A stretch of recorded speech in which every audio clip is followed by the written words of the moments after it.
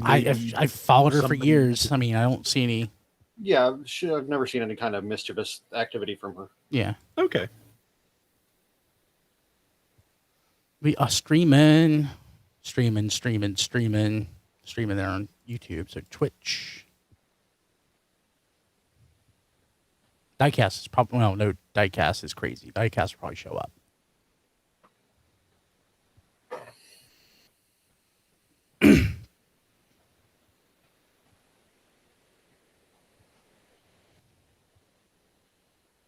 Well, that was kind of scary. I picked up Slag, and one of his horns was gone. It just was laying across the table for some reason.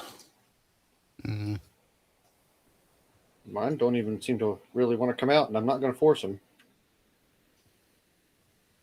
Well, mine had issues that y'all's two didn't, so who knows?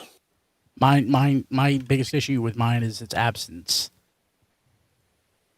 or non-existence.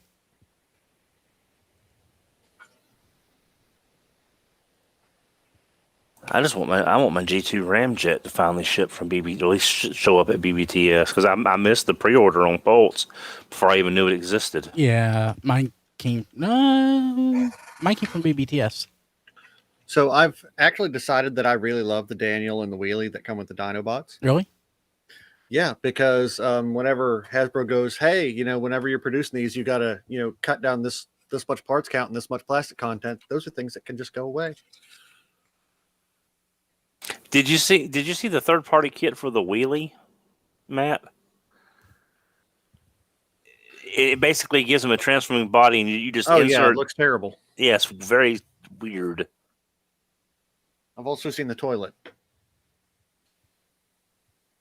I don't know, and I'm not sure I want to know. It's just a little 3D printed toilet for Wheelie to sit on because of the way he's posed.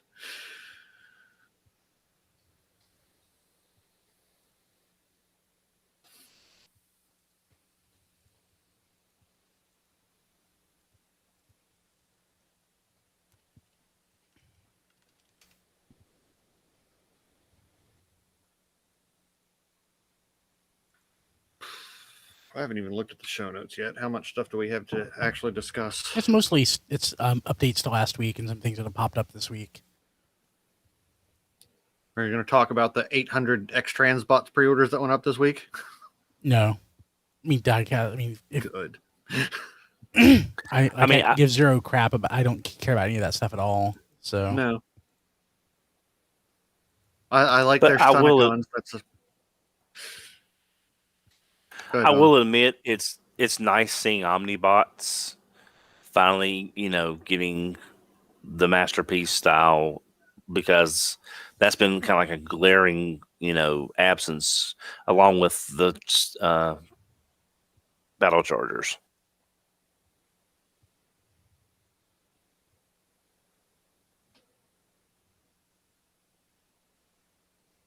Oh, we did have a Fan First Friday last week, didn't we? Yeah.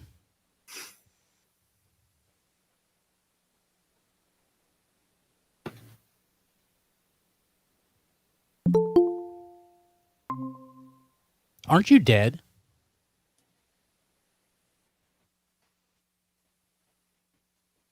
I don't think he gets the reference, Brian. No, I guess he doesn't.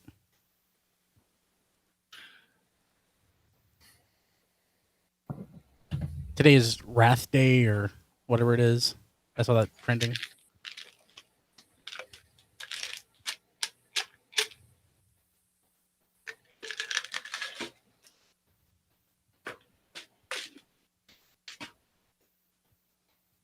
How are you feeling, Diecast?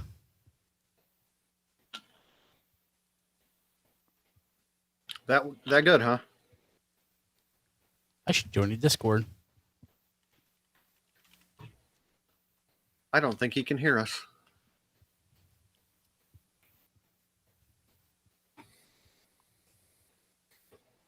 That's the wrong link, Brian.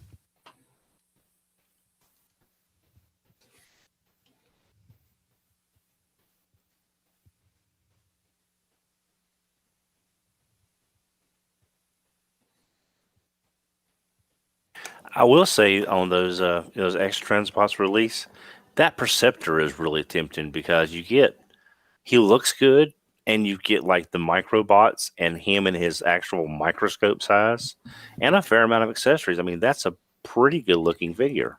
I'd like it to be a Voyager to get a little more functional as far as like it'd still be too small to be a microscope, but a Voyager would be cool. But it looks great, and it sold out from Hasbro Pulse pretty quick.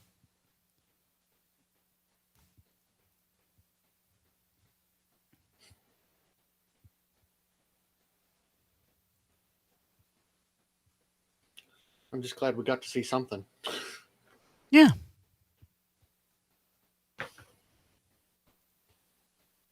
Okay, I can hear you now. You can. We weren't saying anything. That's a problem. That fixes a problem.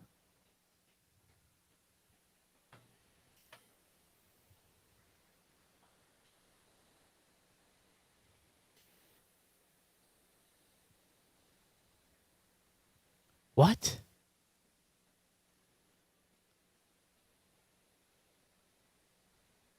Mandarake already has in the Kingdom Battle Across Time set. Oh, is that the one with the Cyberverse figures? That's the one with Beast Wars Grimlock. And it's not due out for like 2 months.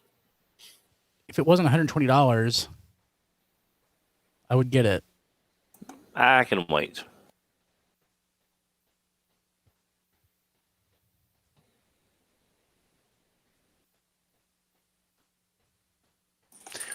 Oh, Diecast. Brian was going to mention the show, but the X Transbot stuff. Are you getting any of those? Yeah. Pretty much everything. Did you say Brian was going to mention it in the show? Brian wasn't going to mention it. That's why I wanted to ask Diecast what he thought of the reveals and They pre-show. announced like 42 things. If we covered them all, the freaking show would be 5 hours long. Yeah, I know. I was just curious to see what Diecast thought, since he's the other third party person even more than I am. I like it all. It all looks good in theory. You know how that is sometimes. And But I'm since they announced hopefully it all, optimistic. since they announced it all at once, it'll be coming out for the next 7 years. Yeah. Well, I mean that the Galvatron they announced, didn't they announce that like 4 or 5 years ago? So it's if anybody wants a Road Rage for $35 or 3,500 yen, an MP Road Rage. Have one. Yeah, me too. But it's a good price. That's like KO price. That masterpiece is better than people give it credit for. That one definitely. I was hard on it when it first came out, but I've grown to love it over time. Heard my name? I was going to ask you on the technical side, what do you think of the Samsung Flip 3? I don't have a clue about the specs. I'm wary of the flexible screens. Yeah. I'm sticking with my Note 10. I have no compelling reason to upgrade. Is your Note 10 5G? It is one flavor of 5G. Oh. When 5G is around where I'm at or anywhere that I'm going to go, I'll get a new phone. But I mean, I've been in 5G areas and I never hit a 5G signal.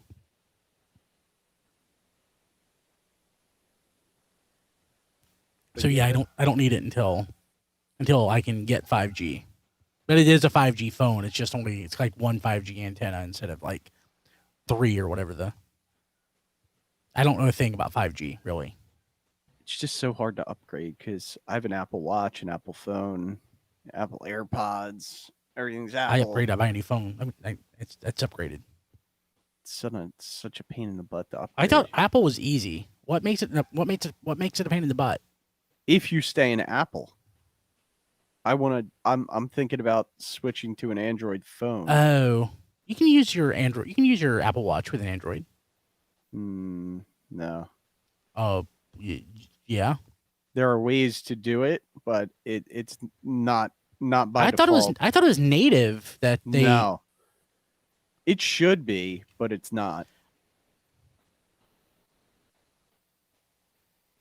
Yeah, I'm going to have to get a new phone before too long. I'm having some issues with the charging port on mine. The cord doesn't want to stay connected. And according to a friend of mine, I'm running Android 7. So I'm a little behind. The guy Android- who sits next to me at work, his mother just got her phone upgraded because she only had a 3G phone and there are no longer any 3G towers, or they're taking them all down. So she had to get a new phone. I just got a new phone. I went from an iPhone 6 to a 12. So Well, my fiance went from a 5 to upgrade all that often. Yeah, my fiance went from a 5 to a 10. I really want that flip though, because it's like, it's interesting. It's cool looking. Revolutionary. I don't trust it. Apple is just so samey lately. Like from Well, Android's not one thing. That's the advantage and disadvantage. You have a bunch of different makers doing radically different things. Or, well, it used to be radically different things. Now everybody just wants to be Samsung. And Samsung wants to be like some sort of extraterrestrial thing. Yeah, I'd probably wait for a couple of generations of flexible screens before. Well, no, this is the third one. Yes, I remember what happened to the first two. Then, yeah. Yeah, remember what happened to the first two. Well, the first one, there were issues. I don't know if they've had issues. I thought this was the second one. Didn't even realize this third. That's how closely I'm following it. I don't care. I don't need to upgrade my phone now.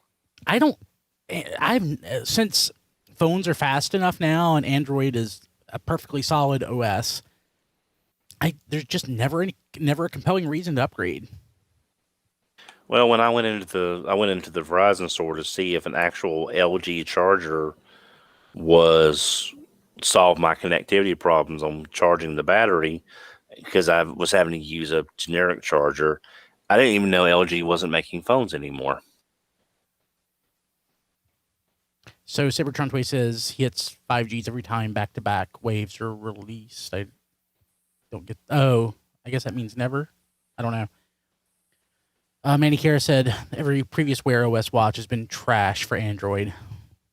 I mean... Yeah, but the Watch 4 they're getting rid of that Samsung operating system. Well, that's not Wear... The Wear OS is the Android... was the Android Watch OS. Yeah, the Wear OS is going to be on the new watch, and Google and Samsung are actually working nicely now, as opposed to fighting each other. The one Android watch that I had was kind of garbage. It was okay. 5Gs. Oh, $5,000. Haha, I get it. Okay, sorry, I'm slow. I just, I'm just not a person to keep up with technology. I know that's a shock to a lot of y'all that I'm not on the. It's a shock to me that I don't. Edge. I used to love it. I guess kids have ruined my love for everything. Yeah, you used to be up on this stuff. That's why I asked you. You're usually like, oh no. Yeah, I got no idea. I know my phone's good enough. My prior phone, I think I had the S9, and that was good enough. But I decided that I wanted a bigger screen, and the 10. I had this S8, and the 10 was good enough. So the new Galaxy Watches 4 are supposed to be nice. I've heard that, and I was investing. I was looking for a different watch. I ended up getting the Fitbit Sense, and I like it. The next future Fitbits are supposed to be, I think, Wear OS. I think. I was going through some old junk drawers, packing stuff, and I found my first cell phone, a Nokia 5100. I'm gonna look that one up. Yeah, the thing was because when I was at Service Merchandise in the mid-90s, that was everybody's first phone, Don. Yeah, well, actually, no. Actually, everybody's first phone was really the Motorola StarTAC 550. My first phone was the Samsung X27. Yeah, because we were selling the StarTAC 550 in 1995 at Service Merchandise. That's when this technology was starting to get out to consumers, but it was still super expensive. Yeah. I mean, that thing was a brick. I mean, it had the big trapezoid-shaped battery. It's a brick, and I'm drowning slowly. I'm going to stay off camera tonight because I don't have anything to show off, and it makes my experience a little bit better, connection speed-wise. I have also, 20, I'm probably going to get up and disappear once or twice at some point. If you see the mute icon over me, just assume I'm not sitting here at that point. So I have 29 things to go over. All on topic. All on topic. Oh boy. Does it make your experience better because you don't have to wear a shirt? Or... I mean, I could go the JD route. I'm not currently, but it's not that warm in here. The house air conditioning is working. My car's air conditioning died on the way home from doing stuff yesterday, so that was. Oh, your car had air conditioning? Yeah, the car has air conditioning. I'm in the same boat with my truck, Chris. It's my air conditioning in my truck is not working anymore. Well, it works for a few minutes at a time every couple of days. So I drive a Honda CRV now. The last car you all saw was that Silver Cavalier. I'm told that the air conditioning module in the CRV requires the car to be up on a lift and a lot of disassembly to get to service. So that's what X-Bron was, right? No, he was the Mercedes thing. Oh, a Mercedes something. I don't remember what exactly. And there probably was a model of Honda CRV in 2000 and 2001, but this one is a 2008, I think, 7 or 8. Good job on the news desk. I listened to it today. Oh, thank you. But there's a news desk today? Not today. I put up Monday. Was it the latest one? Was there a podcast? I think it was the latest one. 146. Oh crap! It didn't make it. You didn't post it to the regular podcast feed, so I didn't see it. Oh, I had in mind doing okay. Yeah, I realized what I screwed up now. When I was doing the categories, I do categories one way for the blog post and one way for the oops. So that probably didn't even go out on the podcast feed then, did it? It did not. Let me post to Patreon real quick. I'm not surprised that happened because it took me like the course of about 10 hours to put that one together. It was a struggle. So thank you, Diecast. No problem. I had extra time. So. Just basically sleep, wake up, lay there for a little bit of time, and then go back to sleep. So yeah, that sounds about right. I don't, of course, I'm not, I don't have any investments or anything in Homemade and like Binax now or whatever, but that's been a great purchase. The at-home COVID test. It's quick, easy, and pretty much the same antigen test that you get at the doctor. Yeah, I noticed this time when they did the COVID test, they did not shove it in the back of my head as far. Yeah, it just goes right up in there. Like they shoved it way up there, and the nurse cried before she did it. She was like, "I'm so sorry. I'm so sorry. This is going to hurt. This is going to hurt." Somebody tried to punch me. When she did it before, and fortunately, I have ginormous sinuses, so it went right up there. I didn't even flinch. I had no problems. Like I could probably pass a jelly bean through this thing. So good for you. Yeah, I know it's great. Well, it was great for that. I didn't have an issue at all with the test. I added one thing to the show notes. Not the X-Transpot stuff, I hope. No. Oh, the test. What's the X-Transpot stuff? The Omnibots? Did we talk about the cliff jumper test shot? Or is this new? This is vehicle mode shots. Oh. And it looks about like you'd expect. And more shots of the robot mode. We'll talk about it. Oh, I haven't seen the additional shots of the robot mode. Let me click on that. I just put the Autobase IG link in there because I can't be bothered to track back the stories right now. Yeah, you know how it goes. Yeah. 50-50 chance it'd be a source you would wouldn't want to link to anyway. So so I think the source is either a Baidu forum post or maybe a Weibo page. I'm not entirely sure. Could be somebody on Facebook, but I don't as far as I can recall, I don't think it was anything I find objectionable necessarily. okay. But especially for doing it right now, 6 minutes before showtime, I don't think I could actually do the digging adequately. Gotcha. You know how it is. Oh yeah.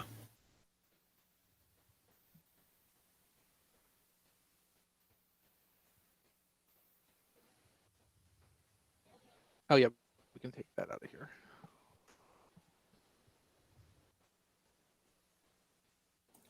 Oh, just random thing to mention. If anyone's on Patreon for Chris McFeely, his it just dropped for the 150th episode covering Megatron. Huh. So if you're a Patreon for Chris's The Basics, you should be getting the email of that if you haven't already.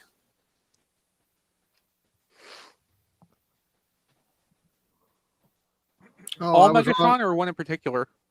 No, Megatron, all Megatrons. Yeah. Yeah, 100 was Optimus and 150 is Megatron. I was wrong about Masterpiece Cliff Jumper. His feet still look terrible. Quit spoiling the show content, Matt.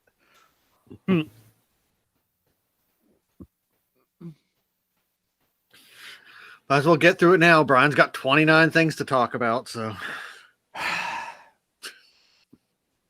Yeah, well, just be happy I don't have anything to talk about this week. I don't have anything to talk about this week, and I'm so glad right now. The amount of time Brian takes to talk about 29 things, I take to talk about 2 or maybe 3 things. So we'd be in a lot of trouble. Yeah. 29 things. Jeez. Yeah. Maybe you should say some of that until next week, and you won't have anything then.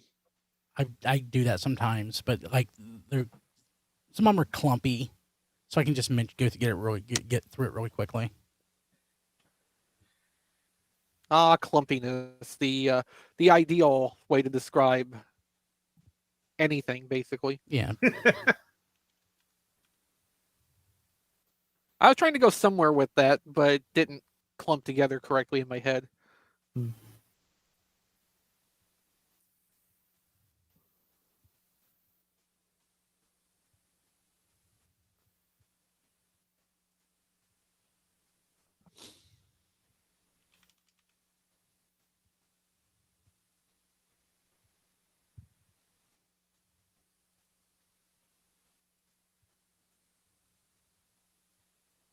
Okay, I'll be right back.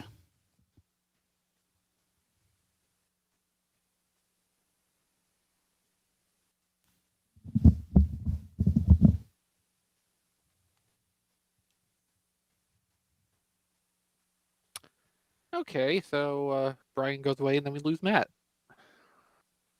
Oh. Okay. Coincidence? Probably.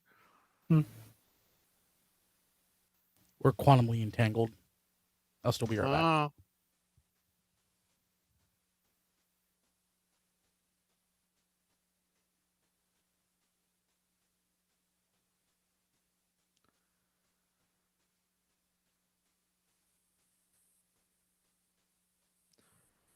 Has the rest of the pre-show been this thrilling? Pretty much. I'm I'm kind of not all here, so. Me too. Me too. I thought about not coming tonight, but I figured I can just ride the mute if I need to. Makes sense.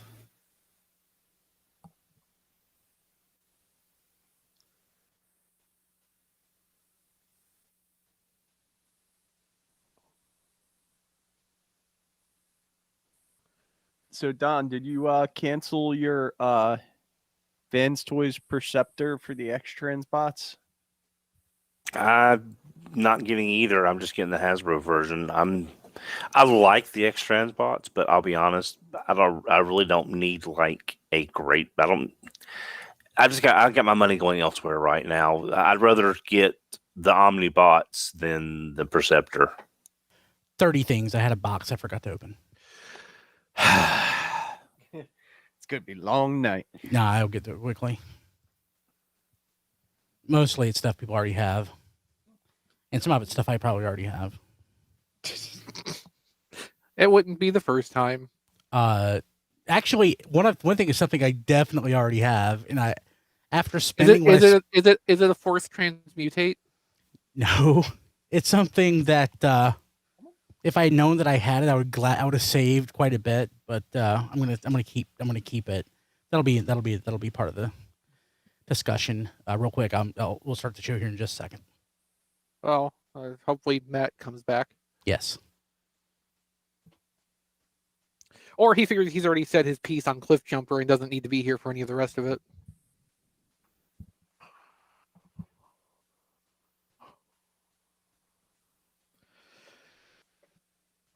It figures it's showtime, so the cat comes down and meows at me. Naturally. Massey's laying right there. He got chased out of the bedroom because he was sleeping on her side of the bed, and she's in the bedroom talking to her mom. So he just got mad and left. Even though there's plenty of room on the bed for him to lay on. But she's talking.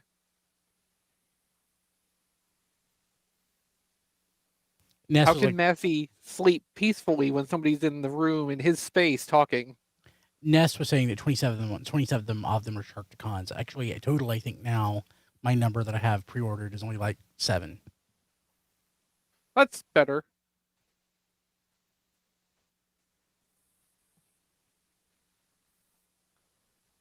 I don't know if I wanted to ask Matt this. I got a pre-order delay notice from Hasbro Pulse, and it was for that Tangan figure. They delayed it till June 2022. Yeah, I heard about that. But I also got delay notices for figures that I already received. Yeah, I got a delay notice for Modular Armor Iron Man, and then the next day, I think they sent one saying, oops, never mind. Yeah, they sent an oops, never mind, but I got like 3 emails the same day from them back saying stuff was on the back order. So I was like, which one are they referring to? Like, they didn't say. Well, if it's, stuff you already got, I think you can assume it applies to that. Yeah. But it was one of those things I didn't even realize. I just walked by a box today and I was like, oh, there's Modular Iron Man. Yeah. Like, is Tang, however you say it, is that Tanga. really delayed till June of 2022? Because people were already finding them in stores. So the June 2022 thing probably represents a second production batch they've ordered. Ah. Like, that makes sense. I'm not sure what has transpired at this point to make places like Amazon have to cancel pre-orders out from under, especially when, like you say, like inventory is gone to regular stores just at random. But either way, like a delay that far out would tend to represent them scheduling new factory time, accounting for the production and packaging process, and then the slow boat over, assuming boats ever get to leave China again. Yeah. And here's a lot of things, something that people don't realize. Like, Hasbro doesn't look at Walmart and say, oh, Walmart, you're a retail store, you're an online store. They don't care. They're just looking you as a buyer. So it just matters how much you buy. It doesn't matter what kind of store you have. You could keep it all for yourself. They don't care. Pretty much, yeah. So They probably didn't want to short Walmart because it's one of the largest buyers, so they shorted, someone else if they had to make that decision to short anybody. Yeah, and it's possible too, like the June 2022 thing is the worst case scenario for this. And, more Tengas that have already been produced are just kind of slowly making their way over through the various, port issues. So some people will still probably get those orders fulfilled sooner than that, but the longest reach right now is expected to be like that. Similarly to how some of the stuff that realistically, all things being equal, should be scheduled for like November, say, is now, January, February, April of next year. They're padding themselves a little bit, giving themselves some breathing room, just on the expectation that for like holiday season this year, there's going to be inventory shortfalls. Basically, they can't guarantee the stuff is going to get there any sooner than that, but it still could.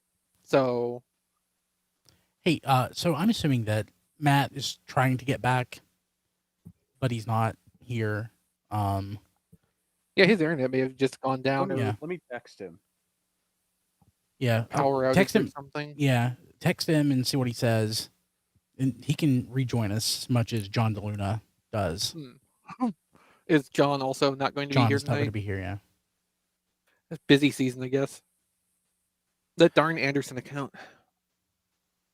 Hey, Chris, did you see the Lightning Collector picture of Ninja Adam? I'm not sure if I saw the picture, but I didn't get a chance to see if it was real or not yet. Yeah, that and Adam and Billy are the first ones. They're Target exclusives.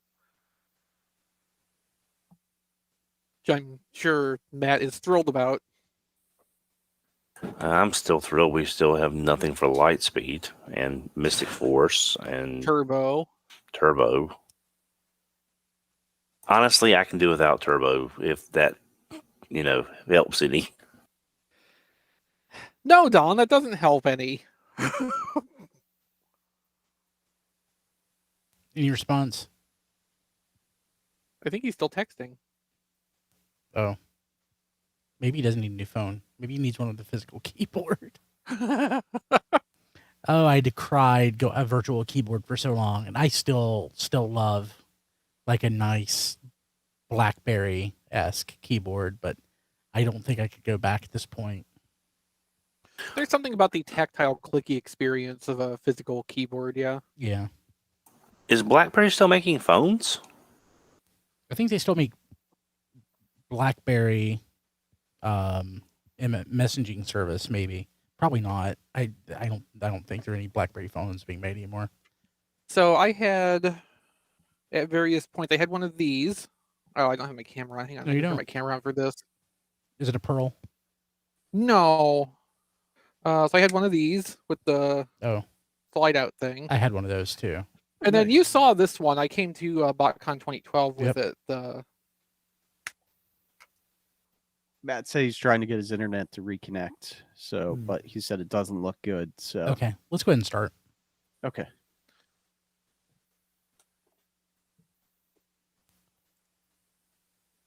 Okay, as soon as the recording here is going, let's do it. 3, 2, 1. This is Radio Free Cybertron, episode 740. I am Brian Kilby. With me this week, we don't have Matt. Matt just dropped. His internet bombed out. Having like 1 million acres of land and living out, far away from people is wonderful as an introvert, but it sucks for internet. That's true. Yeah, I was like, oh man, I got like half an acre. It's awesome. Matt's like, I've got over 200 acres. Like, so Matt, he can stay far, far away from people. It's pretty wonderful. That is so Matt. But yeah, John DeLuna also not here. He's on assignment, meaning he's a parent of a small child. I am. Yeah. So yeah, my 2-year-old is going to be quarantining at home for the next 2 weeks because she was exposed to COVID. So if you are an adult and unless you are medically, unless there's a medical condition keeping you from getting the vaccine, get vaccinated. Get vaccinated. Get vaccinated. get vaccinated. That was Chris. There's also Diecast, Yo. Rob Clay, Hello. and Donald Ferguson. Hey guys. Get vaccinated. So, so last week, basically, the floodgates were opened as far as Generations goes, and more's popped up, and we'll talk about that. But in a way, it's nice, sort of knowing what's coming. I kind of hate that it's gotten to the point where we psychologically have adapted and find this nice. Yeah, we're burdened with knowledge. Yeah, I hate that. I've realized since I was about 20 that knowledge is a burden, and I kind of wish I didn't have it. Yeah, it'd be wonderful. But so let's see. Anything that we want to plug that's coming up? The leaks. Want to plug the leaks. Like, we don't have SDCC coming up. There's nothing related to that. There is another Fan First Friday, I guess, here in a little over a week. Or is that a Transfers Tuesday? Yeah. I think that's right. But we're not like doing a live stream or anything for that. So the Fan First Friday coming up at the end of the month is all but said outright to be for the HasLab Transformers campaign. Oh, good. That'll be everybody is saying Star Saber. Yeah. And it's not going to be the Raiden, right? No. No. Matt's back. Hello, Matt. Raiden was in Headmasters, not Victory. Oh yeah, I forgot about that. It's they did tease Victory. Mm-hmm. Death Stars, please. I just know they're working on Raiden, so it's like Takara is working on Raiden. Yeah. That's going to be a normal release, or as normal as Masterpiece gets anyway. Yeah. As normal as a Masterpiece Combiner. We'll talk about that. I mean, we're in uncharted territory as far as that goes. So we got that Fan First Friday coming up at the end of the month. PulseCon should be sometime next month, I think. Yes. End of September? I mean, that sounds right. I can't specifically remember if they've named a date for that, but that sounds like it would be about the right thing. I enjoyed PulseCon the first time, so we'll see what it'll have to be better. I mean, it'll certainly be better than the Pulse event they did in April, when they had you and Ant in the background. I mean, that was not participating. Yeah, well, I mean, the stuff on the Thursday was painful. The party. Yeah, the party that was supposed to be for premium only, but anybody could actually watch it. And there was that bit with the guy who ended up talking about his cancer for so long. It was just uncomfortable. I mean, good for him, but I'm glad at the he's same time, feeling better. Yeah, but that's yeah, it's not what we signed up for. Yeah, no. If I had paid premium for access to that party, and that was the content, I would not did that. Yeah, I mean, the joke's on you. I just when that was going on, somebody pasted a link to it, and I put it in just to see okay, will the page let me in if I'm not signed into an account? And yes, it did. I watched the whole thing and didn't pay for it. Yeah. Good security, Pulse. Yeah. So okay, but hey, that's coming up, but I don't think we're doing any special live streams or anything in respect to it. Maybe we'll do something at some point. We haven't done a live stream in a while. I mean, we'll probably do something around PulseCon, I would assume. Yeah, let's think about it and see what we can do. I mean, we'll track down more details about that and figure out what makes sense, and then we will last actually time the not reveals, do I think, anything were on about Friday. next. Yeah, I mean, it was structured like a convention, Friday, Saturday, Sunday kind of thing. They might have done something on Thursday, but mainly it's the weekend. But yeah, I mean, it's Friday only. Think about that. We'll say that we'll think about that, and then we will actually spend the next 3.5 weeks not thinking about it, and then hastily throw something together at the last minute, because that's how we do literally everything. Yeah, pretty much anymore. Wasn't always that way. Remember, I used to plan Toy Fair down to the millisecond, and it was not fun. But as you've well pointed out various times over the years, you have your manic phases, your depressive phases. Right now, I don't have depressive phases, just manic phases. Well, right now you're on a downward. You're on a downward slope. You're not at a low end, but you're at a very middle tier. So Yeah. you're not getting the benefit of Manic, and you're not getting really anything on the other side of that either. You're just kind of like almost normal, but with a tinge of Kilby. There you go. I like that. That's a good show title. Yep. Okay, so let's jump into the news. So Chris posted this to the news desk feed. Yes, I didn't go out on your podcast feed. That was my fault. Sorry about that. Fine. So look for that to pop up at some point, because I think Brian's fixed it. I posted it to Patreon. I'll fix it on the site too. I saw it on Twitter too, and I reshared it there. Oh, good. At least it went out there, so that helps. So there's new stuff since last week. So if that's popped up, right? A couple of new things. Yeah. Let me load this up, because once I do the news desk, a lot of the information I head into the podcast and the blog post. So let me go back and refresh myself a little here. Well, that's what writing things down is for, so you don't have to keep it in your head. Yeah, I mean, there certainly is a benefit there. It's not like it's going into the ether and disappearing forever, but so I think Core Class Iguanus is new since we talked about these leaks last week. Yeah, I think so. So some people are saying this is probably going to be Pretender Iguanus and not Beast Wars Iguanus. Really? Which, if it's Pretender, I would have to assume it's going to be the inner robot, not the Pretender shell design, because that's what can actually transform. And it's a simple enough design to fit at Core Class. So was it a Battlemaster type? Well, the fake Pretenders that we had in Titan Prime Masters. Okay, would that be a $10 Core Class toy at this point? No, it couldn't be. I hope not. Okay, just throwing that out there. I was thinking Beast Wars Iguanus made sense though, because I could easily see how they would be able to co-engineer that off of Rat Trap.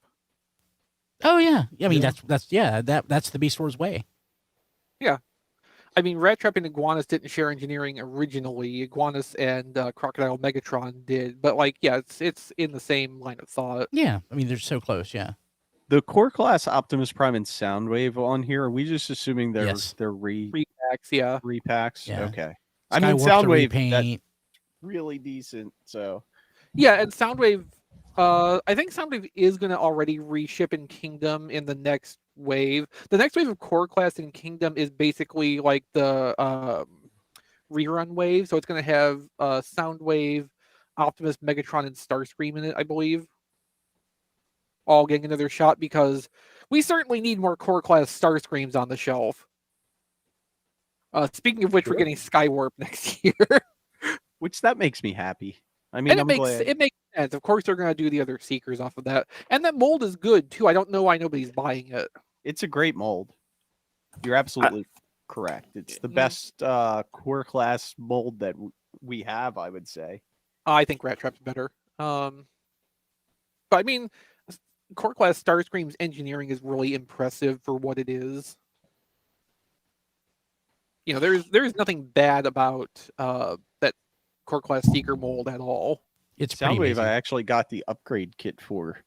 Oh yeah, I remember that. Has like feet and covers for behind his hands and stuff. So yeah, he's pretty cool now. He wasn't perfect, but I don't know. I just like these little guys so much that I figured I'd upgrade him. Yeah. With Core Class G1 Shockwave coming, I don't remember if we had that for sure. I thought we mentioned might have had that last week, because we were talking about there being two of them. Generations and a Studio Series one, so I guess that's not new. Point Blank. Yeah. So we're in Deluxe. We're getting Point Blank. Finally. Now where's Sure Shot? I don't know. 2023. Yeah. 2023, when the Deluxes are $31 each. And at that point there'll only be $50 in Canada. But we didn't get I'm trying to remember, did we get Blur Cup and Hot Rod and Target Master as well? From Takara. That's right. Okay. Yeah. I have those. So me too. Yeah, my memory when it comes to what I have, which we will get into. We'll get to when I talk about what I got this week. At least 2 things I already have, but I ended up with them this week because my memory sucks. Do you remember? No. Yeah, I guess you wouldn't. I wasn't necessarily asking you specifically, but for purposes of conversation now. So a couple months ago, I think there was a mention of a color variant Studio Series hot rod, and we were talking about like, well, maybe it's a black hot rod, maybe it's one that's more pink like the movie animation. I got to thinking since then, like I'm actually kind of hoping it's the like super brick colored the Rebirth version of hot rod. Oh, like the Masterpiece Target Master. Yeah, I'd buy that. I mean, like, I totally understand. There's a clamor right now in Transformers social media for, magenta or pink movie hot rod to be in toys because that's never really been correctly represented. But like at the same time, thinking about Cloud Rodimus, which kind of hits that color, and the Takara Legends Target Master hot rod, which we were referring to just a moment ago, like I would love to see the Studio Series mold in that color range. I think more than just about anything other than the e-hobby colors. You want? I mean, I would buy that hot rod in many different colors. It's wonderful. Such a good toy. Yeah, it's very nice. Okay, so Point Blank, we don't really know anything about. Presumably, it's going to be a, all new mold, and I would be surprised if it comes with a Target Master. All things considered. Yeah, I wouldn't hold my breath for that. I would like. I want to figure out how to phrase this correctly. If we were to see Sure Shot come out in the same year, I would not necessarily be surprised if they didn't do like a 2-pack of Battle Masters at the core class price point to supply Target Masters for those 2 figures. My thought is that we might end up with a set of Walmart retro Target Masters to follow up the retro Headmasters. Oh, that'd be great. That would supply. Oh yeah, that Target Masters actually we are actually supposed to get that. The inside info people have been talking about that for a little while, and the jump starters are going to be included in that, but we don't know. I don't think if those are going to have Target Master figures with them, or if it's just going to be the reissues of those molds. If they were to include Battle Master Target Master partners, they could sneak in like Point Blank and Sure Shot's Target Masters with the jump starters, for instance. Yeah, they did come with the Japanese releases of Titans Return. Yeah, that's how I have them already. Yeah, it's also possible they could be like Spinister, where his gun is molded to look like a Target Master in weapon mode, so it they could didn't be even like do that that with Crosshairs, though. No, but that's because Crosshairs only got a new head added in. Yeah, they didn't do a ton with alternate parts there. If Siege Crosshairs had been a completely new mold, I would expect, like Don was saying, a non-transforming weapon accessory that resembles the Target Master gun, because Spinister's not even the first time they did that. Generations 2010 Scourge had the 2-piece gun that, when put together, looked like Fracas, which is to say it looked like toy nightstick because reasons. Yeah. Well, at the leader class, did we have Laser Prime last week? We did not. I was thinking before about Commander Class Rodimus Prime, just like Earthrise Optimus. I don't know that we need another version of that toy anytime soon because I think it does what it's supposed to do so well. Laser Prime's a way to get around that, and so would another Power Master Prime. Yeah, that's what I said before. If you're going to do another Optimus Prime, do a Laser Prime, but not at the leader class. Yeah, Laser Commander. You need that extra plastic mask to get a trailer, so we don't end up with Earthrise tiny trailer again. His trailer is so boring, though, except for the graphics. The graphics are amazing, but they can squeeze the graphics in at that size. I don't care for the Laser Prime trailer. See, that's the problem. Like, Commander class could do the trailer justice in terms of physical mass. I don't know that I think we would see the gimmicks included in that, even at the commander price point. And without the missile launchers and the disc firing and everything, like, I don't think it would be worth it necessarily. Yeah. Like, I would want Power Master Prime again, but at the commander class price point. That would absolutely need to be commander class. Yeah. That's one of the possibilities I've heard for the co-engineering of commander class Motor Master. Oh, neat. That Yeah, could just- make sense. Yeah, imagine a Power Master Optimus Prime with the plastic mass of, Siege Skyfire.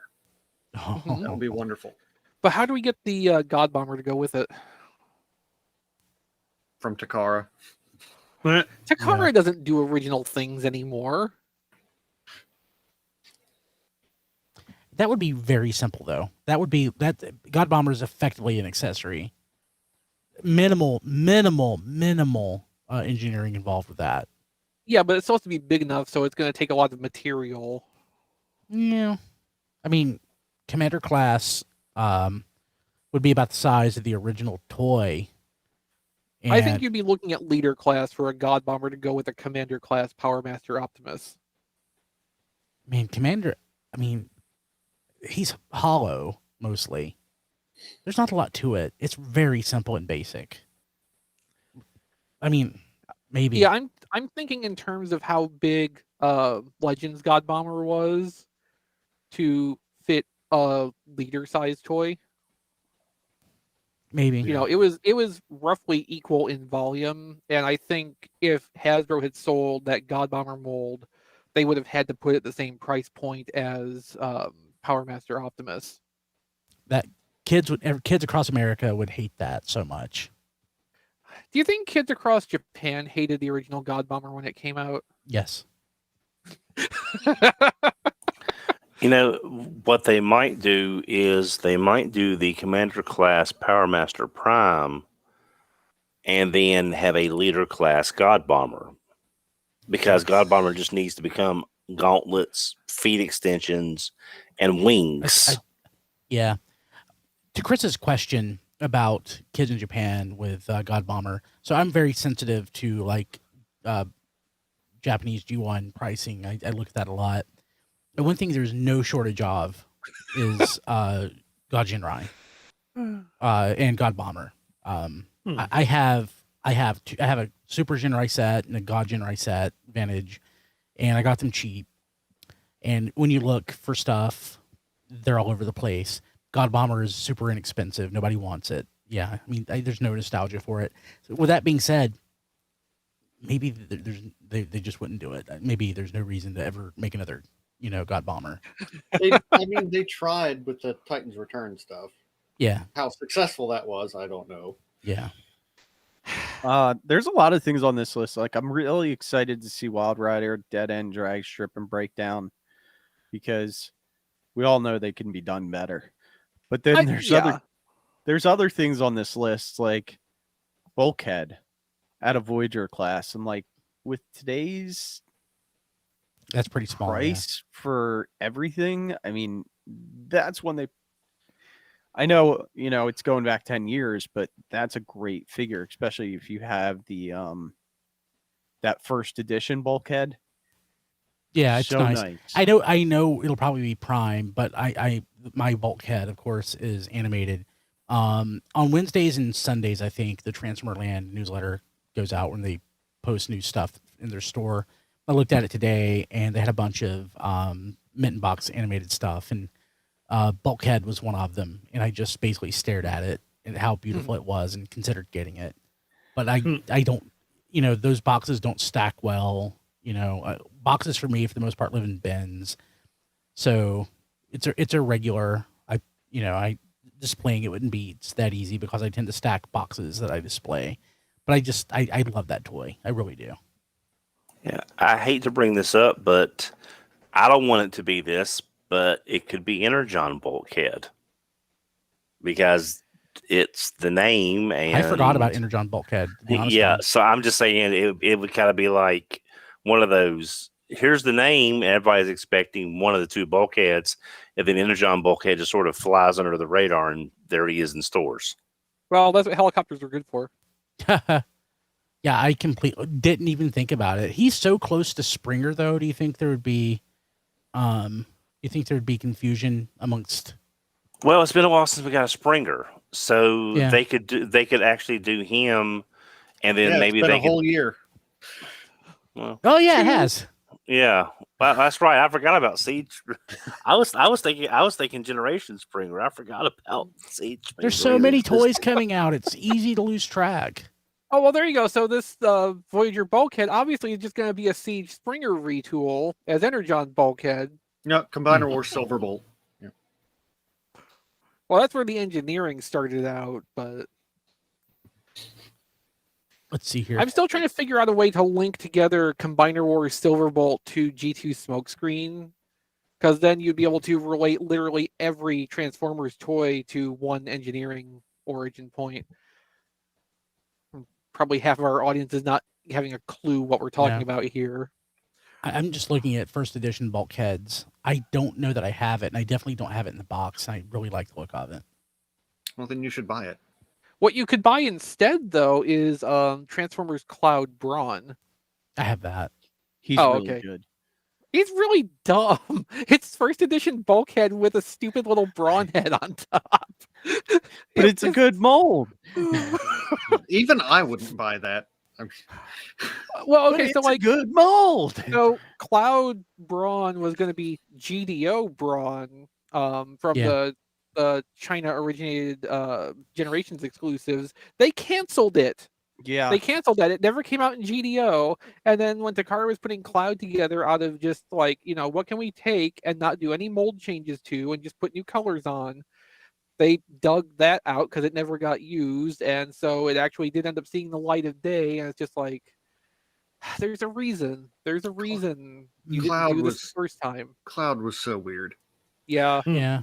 Weird in a way that I like. Don't get me wrong. I mean, I only bought 2 of the toys, but like conceptually, I liked about half the line. I'm going through all of my stuff right now, and I went through all of my Generations toys, bins and bins and bins and bins and bins of them, and maybe I don't have Cloud Brawn. Well, then you should buy it. Yes, you should. I need to double check. It can't be that expensive. Nobody wanted it. I would buy that. Well, when I say nobody, I mean the larger nobody, not just you, the nobody. Because I love the obscurity of it, and well, then you should buy it too. The stupidness of it. Shoot, maybe I don't. I was certain that I had that. I thought, I bought all the GDO stuff, but it was canceled. There you go. Yeah, there you go.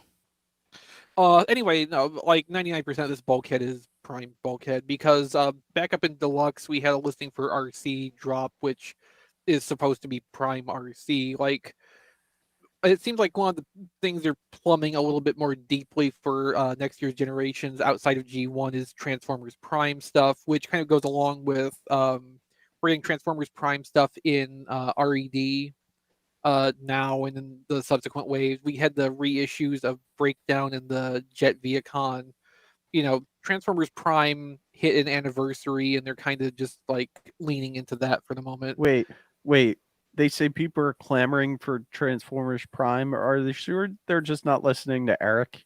Because I'm pretty sure he's the one at the front of the gate going, we need some more Transformers Prime. When did Transformers Prime start? 10 years ago. 2010. 11 years ago. Like late 2010. 11 years ago. Yep. Yeah, but they could be saying, hey, we haven't done any new Transformers animated, and that's even older. Like, maybe we should do some of that. They absolutely should. I consider a personal affront that they haven't. Well, maybe for the 20th anniversary. So you just gotta wait till 2027? I'm running out of years, Chris. I can't keep waiting for everything. I'm Don, just saying, you've maybe had your Eric has time. an inner ear now. Don, you've had your time. You got your RCs that you were asking for forever. But there's more stuff I want that I haven't gotten yet. You've gotten many RCs. Including a Headmaster RC. Maybe not exactly the one you meant, but you got a Headmaster RC.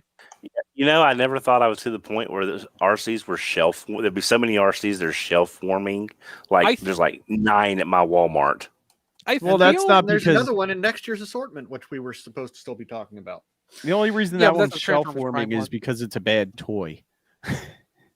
It's not a great toy. It's even a bad shelf former. Yeah. Let's see. Crankcase, I think, is new since last week. Yeah. So Movie figure? no, it's supposed to be G1. I can't remember G1 crankcase. TriggerCon. Who's a little black SUV. Which It's okay. There's no reason you should know that off the top of your head because like Crankcase didn't get into any like classic media or anything. He figured in IDW1. Yeah. Yeah, he was one of the scavengers, which I mean now is an interesting time to be getting a figure of that, but well, this one probably didn't have half of its head missing at the same time, so Yeah. But I'll take it. yeah, soldering irons are things. If you have to have that specific. Let's see. We're supposed to be getting a repack of the Earthrise version of Soundwave as just general release, probably without the cassettes. That So would that be should be nice because that was hard to find. Yeah, that should be a relief for a lot of people. That was the Netflix version, right? Yeah. Yeah. No sign of Bumblebee resurfacing yet, though. I have my doubts. Poor Bumblebee. Yeah. Well, he's got his own Target line, so.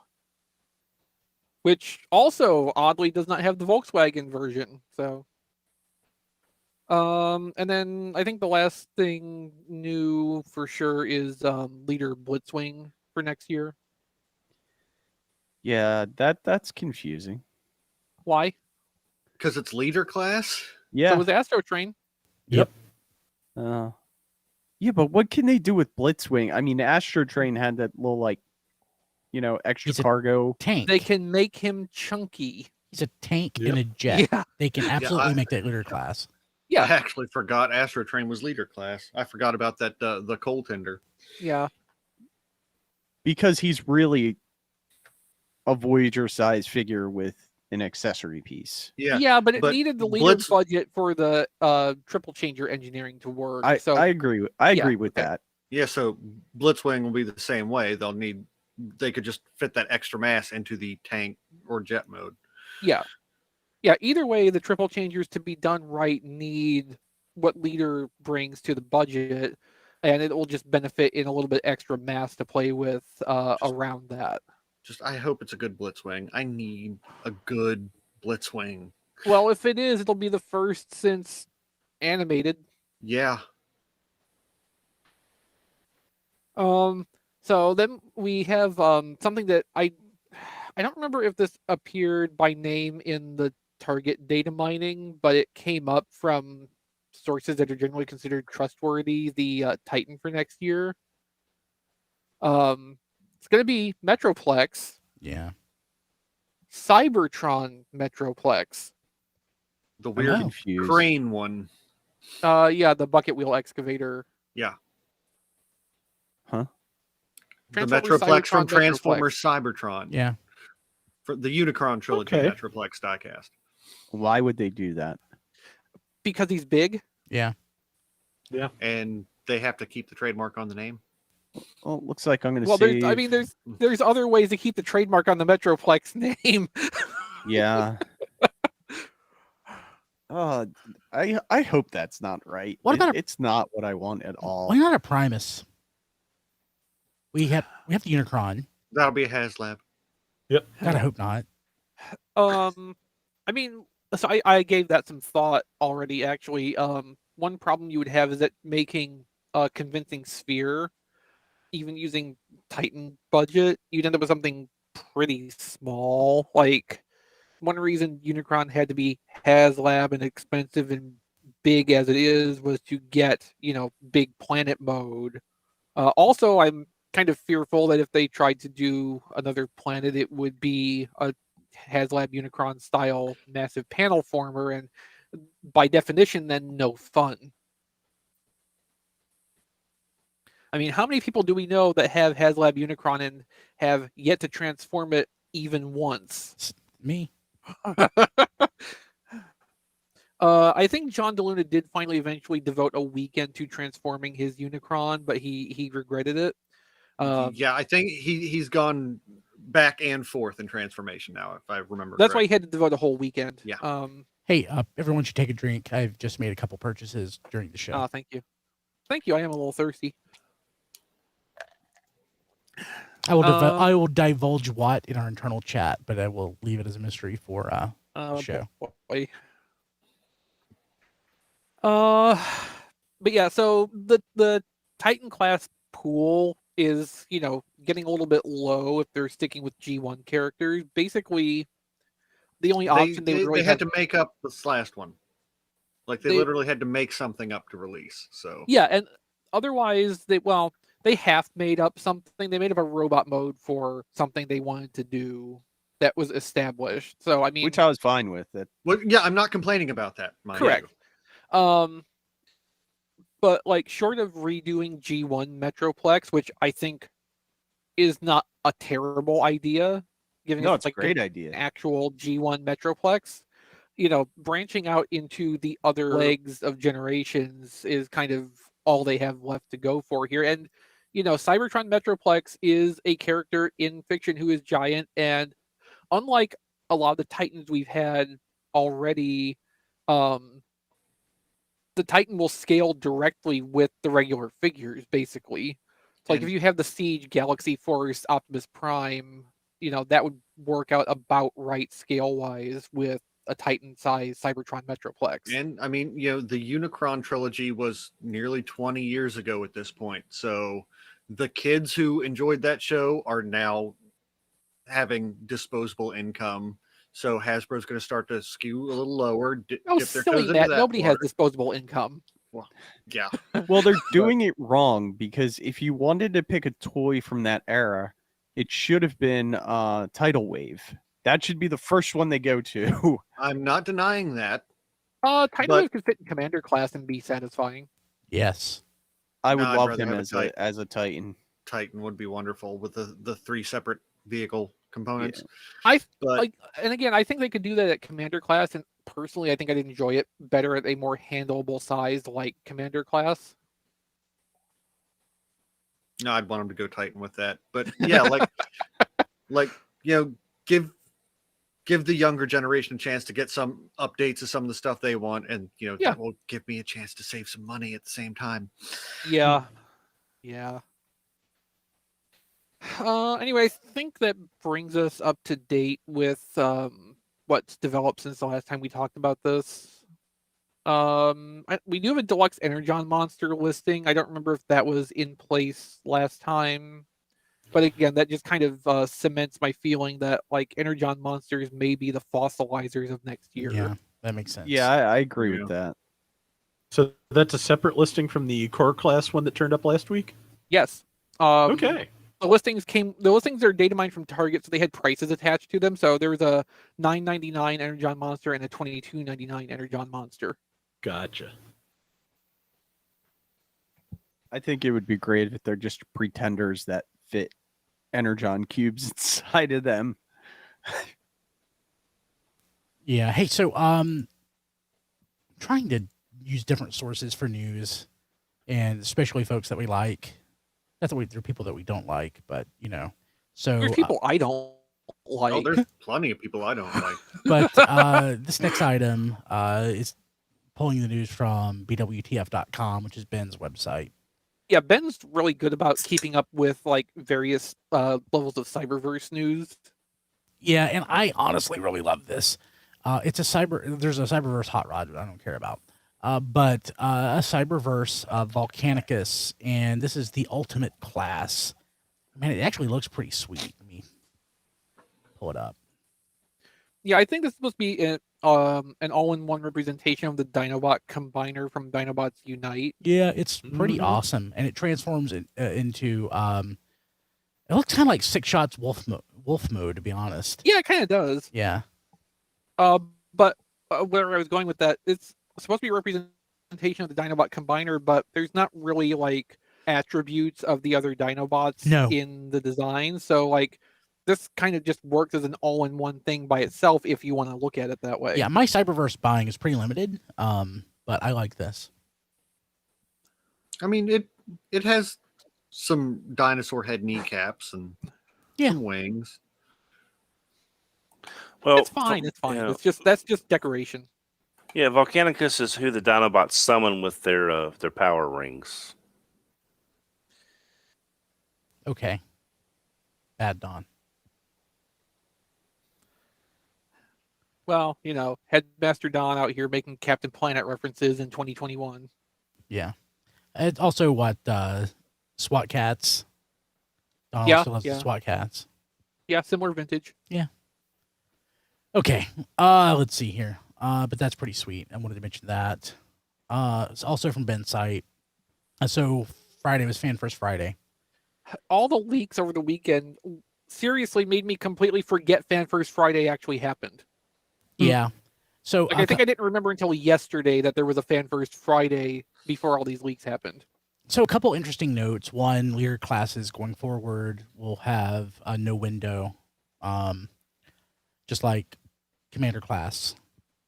And I think a lot of us have had the same thought about what that actually means. Yeah, there are pros and cons. I knew. Yeah, I'll never buy one at retail again. Because you don't trust it. Yeah, you just gotta hope that someone didn't do a figure swap or exactly. That's why Matt's not the only one who's reluctant now to buy from brick and mortar retail, just because it would be so easy for someone to, get that. And like in the case of Coronation Starscream, which is the first exemplar of the new packaging style, take out the new pieces or just take everything out and swap in the old Starscream or a brick, whatever, and return it. Like even Commander class, there's a danger with that. Somebody I follow on Twitter last year got a Skylynx, and I think he went ahead and opened it in the car in the parking lot, and it had one of the Hasbro like preschool level Megazords swapped in instead of Skylynx. Oh no! Oh wow! Someone I follow on Twitter actually got a. I don't know if it was from retail, but I'm assuming it was. Got a Commander class Rodimus, and he opened it up, and the trailer and everything was in there, but Rodimus was not. That sucks. So I mean, it's the symptom of the same kind of problem. Yeah. People have also been pointing out, like it's harder to screen for obvious defects in the toys. I don't feel that as much of a thing because, like, buying a majority of the stuff online, you don't get that benefit anyway. So that doesn't really change that much with the fully closed packaging. But like swapping activity, it's going to get a lot worse. The risk is, I think, limited when you're looking at like a Commander class where there's one figure per year, which is there for like 4 weeks. And then it's off the shelves again. When you're talking about 4 or 5 different leader class toys and they're kept in circulation all year round, like that can happen anytime, and you're never going to be able to be absolutely sure you're getting something that's intact until you open it up yourself. So like, I understand why they're doing this. Of course, they have their stated environmental initiatives to reduce plastic in the packaging. Also, it's cheaper to produce packaging like this because, we're seeing already with the Kingdom packaging doing away with the inner plastic trays. They've just started securing it down to cardboard inners, so they don't have to vacuum form the plastic tray molds. They don't have to die cut windows for these packages, so that saves 1 or 2 steps in the process and in the design work too. You're just making a basic cardboard box. You're not having to design art around where a cutout's going to be or anything like that. I just want to challenge in one bit. So plastic is super cheap. We're assuming, but I think it's a valid assumption though that it's cheaper. I mean, they're not going to do something that's more expensive. It may be a wash, but ink is actually pretty expensive too. Printing stuff isn't cheap. So I mean, I'm assuming it's cheaper, but I don't know that we know specifically. No one's told us it's cheaper. It's just an educated guess. Eliminating one material out of the production chain for the packaging, though, like almost has to be. Even if materially it's a small difference, just eliminating that step from the labor of the production process would also contribute to reducing the cost. Absolutely. So I'm presenting it in a very simplified way, but there's various levels to how they can have a cost savings for this. Yeah. And it'll also save on inventory without having to keep without having to keep all the plastic on hand. Yeah, if it's all done in cardboard and like paper ties, like presumably one single facility can produce 100% of the packaging material, whereas it is now, it's possible they're having to get plastics delivered in from one place that, vacuum forms and presses that stuff and have the packaging be assembled in one final location. If they, as much streamlining as possible, the savings may not be huge per unit, although I think the move to this probably is keeping the leader class at, $53-ish for its price bump instead of $56 to $60 for next year's price bump. That's my speculation, but I think every little thing they can do to cut their cost on that is keeping that price point from escalating farther faster. It's just meanwhile, go ahead, Rob. Meanwhile, back on the subject of people swapping things in, I'm just kind of picturing next year people will be sharing like DPCIs and the weight of the thing, and people will be dragging like postal scales into the store to make sure. Hey, it's very possible. I mean, I would just check the tape, and if the tape looks like it was tampered with, open it up in the store. I don't like when people do it, but if it looks like it's been opened, I can understand why. Like if I see somebody else do it, I would have a bad taste in my mouth. But as far as my double standard goes, I mean, I can do it. It doesn't bother me.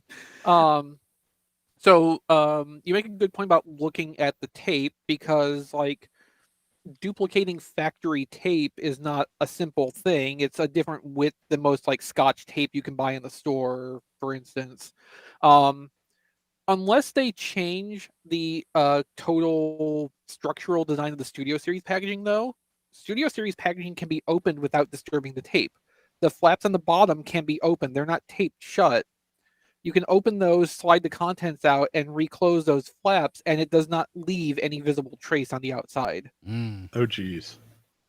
Now, again, if they're redesigning away from the windows, they might just start using the same press molds for die presses for the Kingdom boxes, where it does have a taped flap at the bottom, instead of using a completely unique style for Studio Series. But it's still a thing to keep in mind. If it's a packaging style where one side is not taped secured, there is always the possibility of being able to access it through that end and not leave any evidence behind. Cool. Okay. So also the news, Perceptor. Oh, right. An actual surprise. Yeah. An actual surprise. He looks pretty great. He's a deluxe. He comes with, let's see, what does he come packed with? A gun. That's it. A gun. I think. I thought he came packed with something else. Little microbots. Maybe I'm. No. Okay. No, The that's one of the microbots- masterpieces. Yeah. Yeah, he's a deluxe. So For whatever reason, I thought I saw a photo of that. Okay, yeah, but that's like the X Transbots or whatever Perceptor that's coming out that has the microbot stuff. Oh, just bad timing. Okay.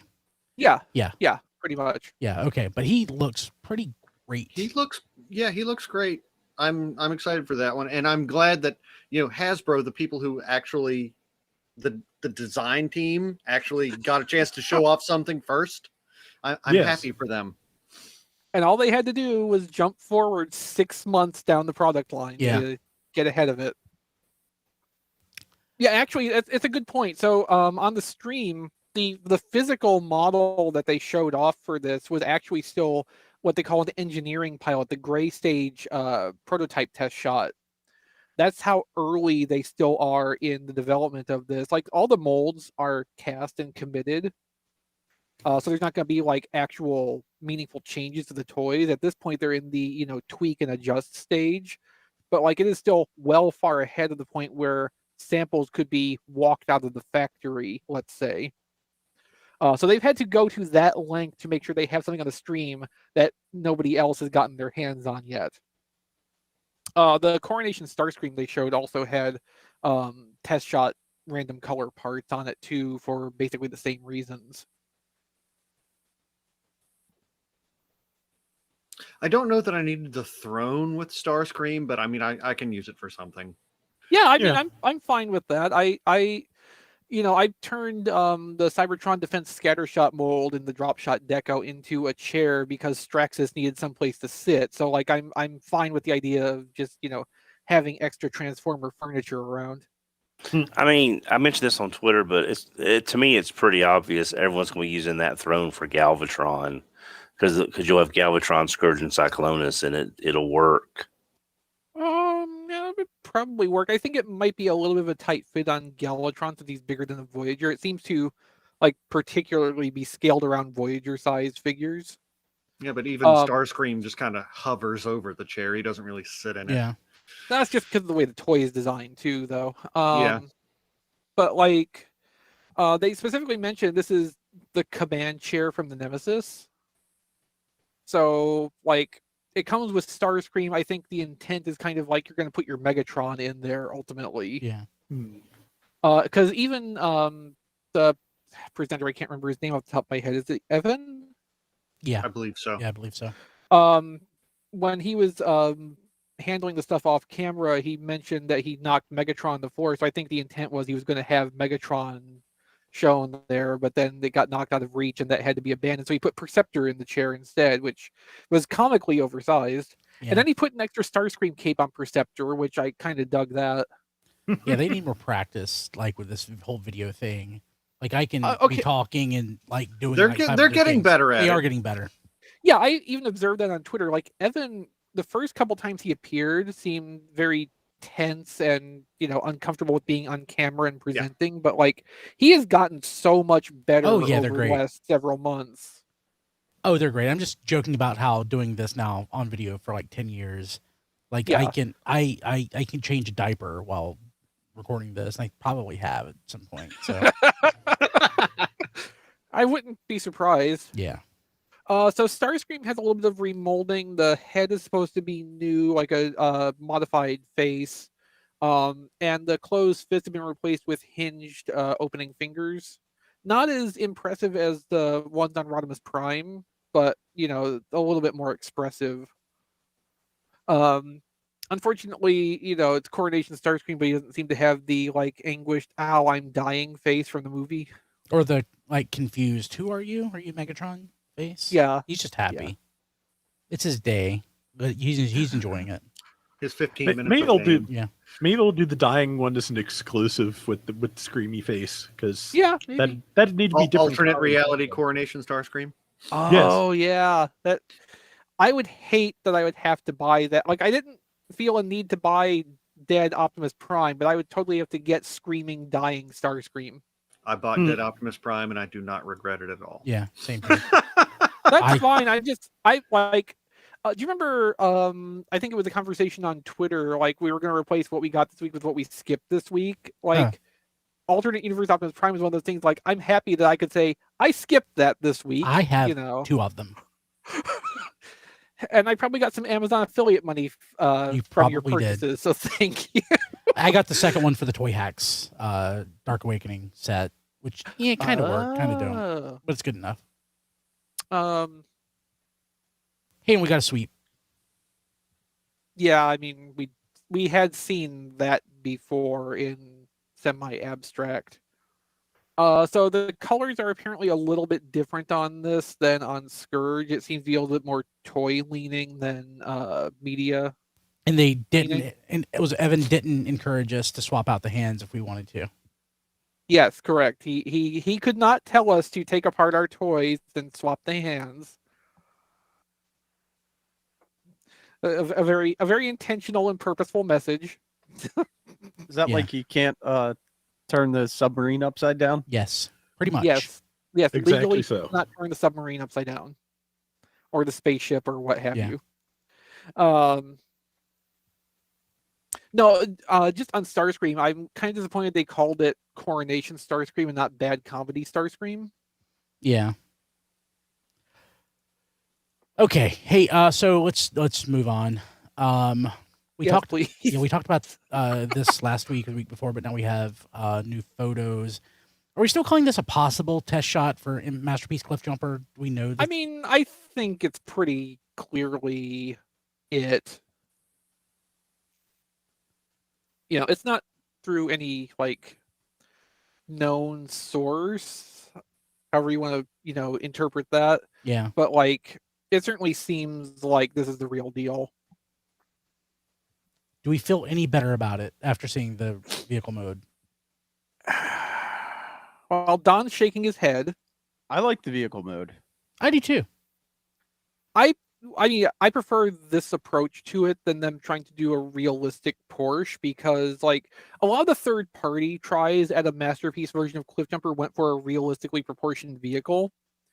And while I get that, and especially since at the time they were matching what the rest of the Masterpiece Autobot cars were doing with realistically designed vehicles, that's not what the mini cars were in the cartoon. Like their models were all taken from the Penny Racer toys. Yeah. So they were always squashed. He's a hair taller than Bumblebee. Yeah, it looks like it. Interesting. Well, I mean, it's a case where like there's engineering in common, but they're not necessarily sharing all of their parts. It's like a less extreme example of Cheetor and Tigatron. Yeah, I guess in my mind though they should be the same height. Either way, even if it's not the same. Oh no, okay, yeah, I forgot. Actually, what they're showing here is the first Masterpiece Bumblebee. Oh, so the MP 45, whatever it was, the one I don't like. I don't know how that one's height stacks up relative to the first one. I don't even. But remember. I'm assuming this Cliffjumper will be close in height to that, but I wouldn't be surprised if it is still a little bit varied. But yeah, like the main takeaway here that we haven't seen before is the vehicle mode, and they kept the Penny Racer proportions much as they did with MP40 whatever Bumblebee. Now, no indication whether they're going to have to seek print licensing information on the package like they did for Penny Racer Masterpiece Bumblebee. Yeah. With the clear plastic, his face shows through in vehicle mode, and I love that. Hey, you know what they should do? Some third party non-F or somebody should make like a scaled up penny add-on for those. Like that would fit. It wouldn't do anything other than just sit there, but I would like that. It's a shame Matt's internet dropped out on him again right when we got to talking about this, but from the little bit he related in pre-show, he did not seem to be entirely impressed with this either. Yeah. Also, something he was not entirely impressed with, and I'm honestly kind of concerned about it, is we have our potential first look at the Masterpiece Raiden, at least one part, Shuki, who's the leader of the train bots. So he's the center bot. Well, there's not really a center bot. I mean, it's more of a Devastator style combiner. He's contemporary with Devastator, not Scramble City. Okay. Yeah, they don't Scramble City. What do you think? He looks Voyager sized, or it's hard to tell in the photo. Probably about Masterpiece Autobot car size, I would guess. Looks pretty good. It's hard to tell. I don't want to. I have no desire at all to try to take whatever's in this and combine it into a bigger robot. That just scares me. Something about it just feels like it's going to be a pain in the butt to do. I won't like it anyway. I don't have any major nostalgia for the train bots. I mean, I like them. I like Raiden, but I don't have any nostalgia for the individual robots. These don't resemble the original robots at all because the original robots are so basic. I don't know. I have some major misgivings with this. But just as a standalone robot, it looks pretty good. As far as a masterpiece style train, it looks pretty good. If they could do something like this with JRX, be interesting to see what they do there. But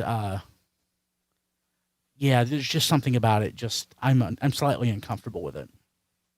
I'm hoping when it's in like full production colors, it will, tie together the design a little bit more. I think part of it is just that we're seeing more of it at once than we're supposed to because of the test shot nature. Yeah. Obviously, like we've talked about this many times in the past. Combiner Wars Devastator, the designer approached that from making it as much of a masterpiece Devastator as possible within the constraints of being a Generations toy.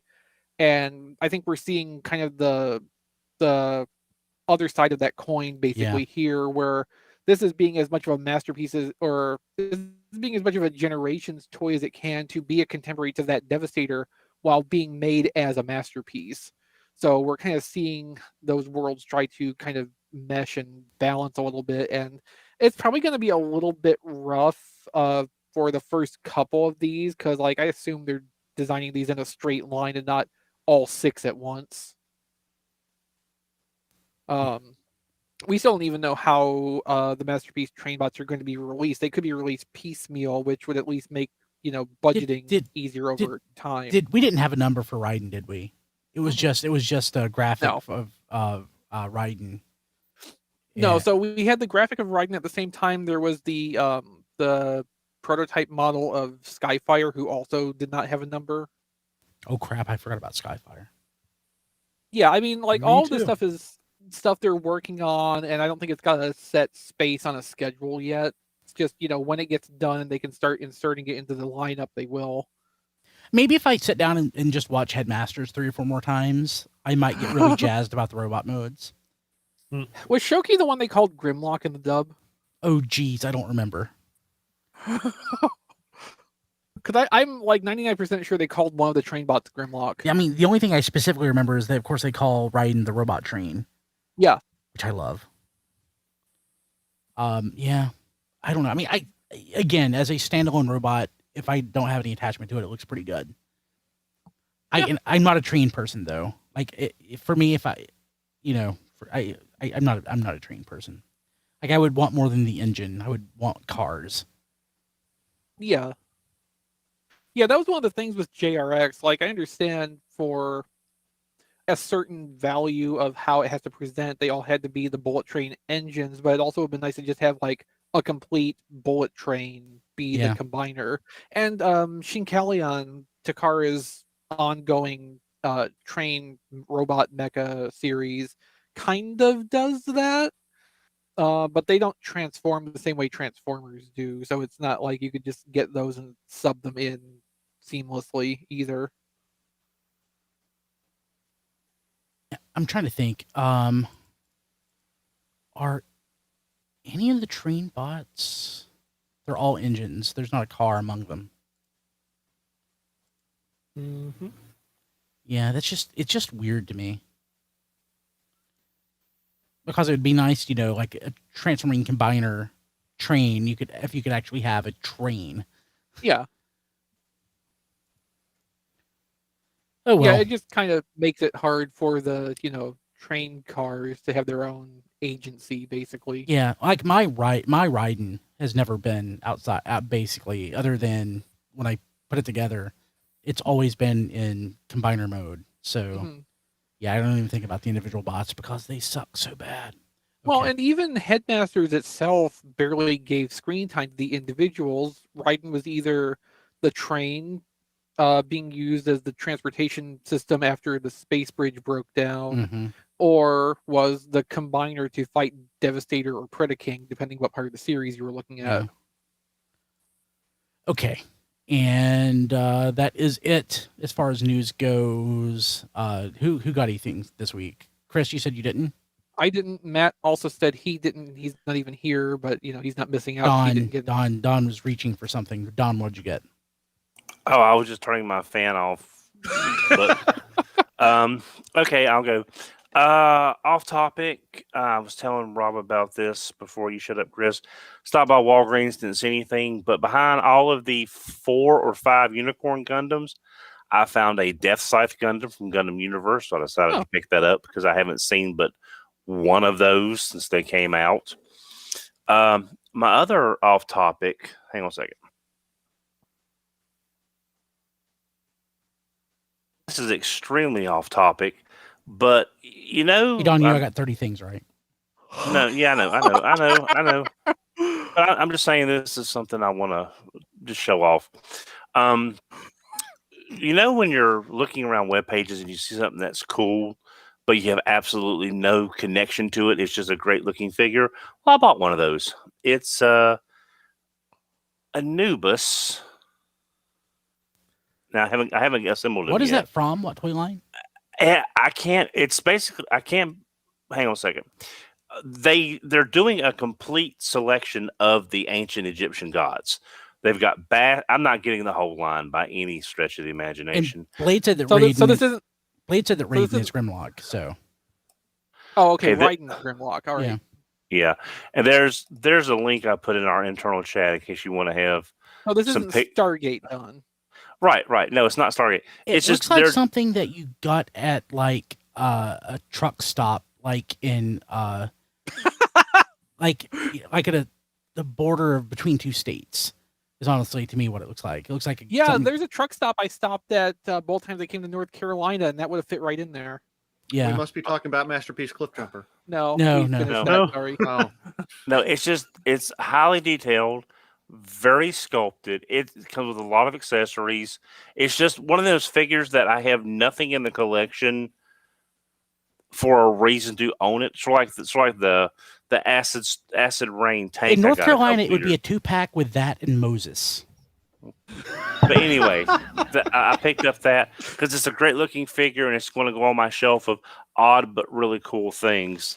On topic, I got Thursday of last week. Retgar came in from Hasbro Toy Shop. What do you think? Pulse. Nice. I haven't. I just have not. With between the house and work, I have not had a chance to open up hardly anything I've gotten in the past 3 weeks. And I picked this up. I'm not sure why, but it was sitting in my cart at Target for over a week while I was waiting to pull the trigger. And I figured after a week, I might want to get it before it sells out. So I got Bumblebee Optimus Prime. Yeah. Yep. Because it literally sat in my cart for about a week and a couple of days while I was waiting to Don's decide. Totally stealing my thunder. Sorry. It's okay. But I opened mine. So yeah, I just got mine yesterday when it came in stock. And that's it. That's all I've been able to get just because of house and wedding and stuff. Have you got, Dawn, do you have the house yet? No. Kim was asking me today, so I just wanted to be able to tell her. They went and were supposed to do the appraisal from our bank today. I'm sorry, 3 days ago. Then they got confused on the kind of loan we had because apparently if you're one type of loan, you have to have a specific kind of person doing the appraisal. Yeah. They sent the wrong person, but then they realized they sent the right person because they had the loan information down wrong. And over the last few days, no one bothered to call us and say, hey, what kind of loan you got? So we can okay, thanks, no problem. We didn't find this out until today, so we're still waiting for something to happen next. Okay. Maybe next week. Yeah, maybe next week you can tell us that you got a house. Diecast, you get anything? Yeah. I got my Rekar quad. Nice. Because I got 2 Rekars, so I used the 4 wheels to make the quad. Oh, I did not, you see a lot of people doing this. It looks good as a quad. It's like it could easily be either. I like that. I do too. I should do that. Yeah, I may have to get another Rekar or 2 now. Yep. And from what I can see, he is supposed to sit on the seat because he does have a spot to peg in. Yeah, there's a flange and a groove. Yeah. So I thought that was pretty cool. Soundwave I already talked about because I got the upgrade kit for him. So it's got like folding feet now, right? So it's lower profile. Yeah, he's got folding feet, so when the top can just fold down now. Yeah. So that's neat. Yeah. And then the other neat little thing I got is the upgrade kit. I don't know if you can call this an upgrade kit. It's not an actual figure, but it's a vehicle. But it can hold the Titan Arc. So it's like the launch gantry crawler thing. Yeah. Nice. So I do plan on having an Arc displayed in vehicle mode or shuttle mode or whatever you want to call it. Yeah. So that's why I picked this up. I found it on eBay. I can't remember how much I paid for it, but like I said, to me, it was worth it. It's got some ports here. If you're the kind that connect the ramps and stuff, you can do that. So it's got some versatility, and it's decent build quality. Yeah, that's neat. But yeah, I think trying to look around, I think that's it. Oh, Rodimus. I'm sorry. Just saw him sitting there. I knew there was something else. I'm having a hard time on him. I think these are die cast. No, they're not. They're not? No. They feel... I don't know what it is about this orange. Paint. Yeah, it's the paint. Yeah. It almost feels like they're metal. It's probably the look. The look of metal is probably making you think it's metal. They did a good job, though. The sheen. He's a Voyager-sized figure with leader class engineering, if that makes any sense. Yeah, he's the perfect upgrade from Hot Rod, the deluxe-sized Voyager engineering. Yeah, he's perfect. I really can't complain about him at all. But yeah, that's all I got. Rob, Rob's turn. Well, complaining about him is my job. I got Rodimus Prime this week as well. Yeah, that was the I saw that on Twitter. So you're some of the issues with what the shoulders, is that what it was? Primarily the issue man. The biggest thing I've really had with it is getting the legs to lock together. That's a nuisance. The other major thing is that the effect part for the Matrix came broken. So that was, but just it has grown on me since that first impression. I was just basically that day it fought me at every turn, and going back to the next day was a much more refreshing thing. It's still complex in ways I feel like it's being just to be complex, if that makes sense. I would have been perfectly happy with something a little bit simpler that did not have me trying to move parts through each other at just certain parts. I find it very hard to get the windshield arranged properly to get the shoulders to rotate, but that may just be me.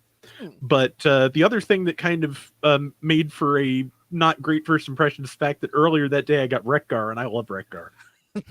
That is a much simpler figure, and it just looks fantastic. And it's fun to transform. It's fun to handle. It's just I really do like that figure. Like I said, Rodimus has since grown on me, so I other than the Matrix bit, which I guess I'll contact Hasbro about shortly, I don't have any real complaints at this point. Maybe not 100% the way I'd wanted it done, but it's a decent figure. I like it. And the other thing, the one off-topic thing I got this week was Gundam the Origin Volume 5, which, if you've seen the anime version, is pretty much covers the Salem Ass's worst summer ever arc from the movies. Is that when she steals the Gundam? No, that's when her mother dies, her cat dies, and her brother runs away. Oh, okay, yeah, the animated Gundam the Origin. Yeah, okay. Yeah. I was parsing that sentence differently, obviously. Gotcha. Yeah, definitely Sale is worst summer ever. Mm-hmm. Cool. Okay. Matt, you said nothing. No. Chris, nothing. Nothing. Okay, I'll just try to rush through this as quick as I can.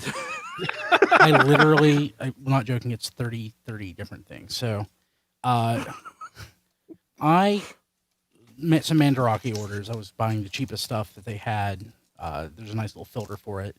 I'm filling out my world's smallest collection. So, like Sideswipe in the box. Of course, they're blind boxed. And that does have diecast, incidentally. Diecast, the feet. Oh, cool. Ultra Magnus. You meant not Sideswipe, Rodimus right? Prime. Yeah, Yeah, world's smallest Sideswipe, I mean. Let's see here. Starscream.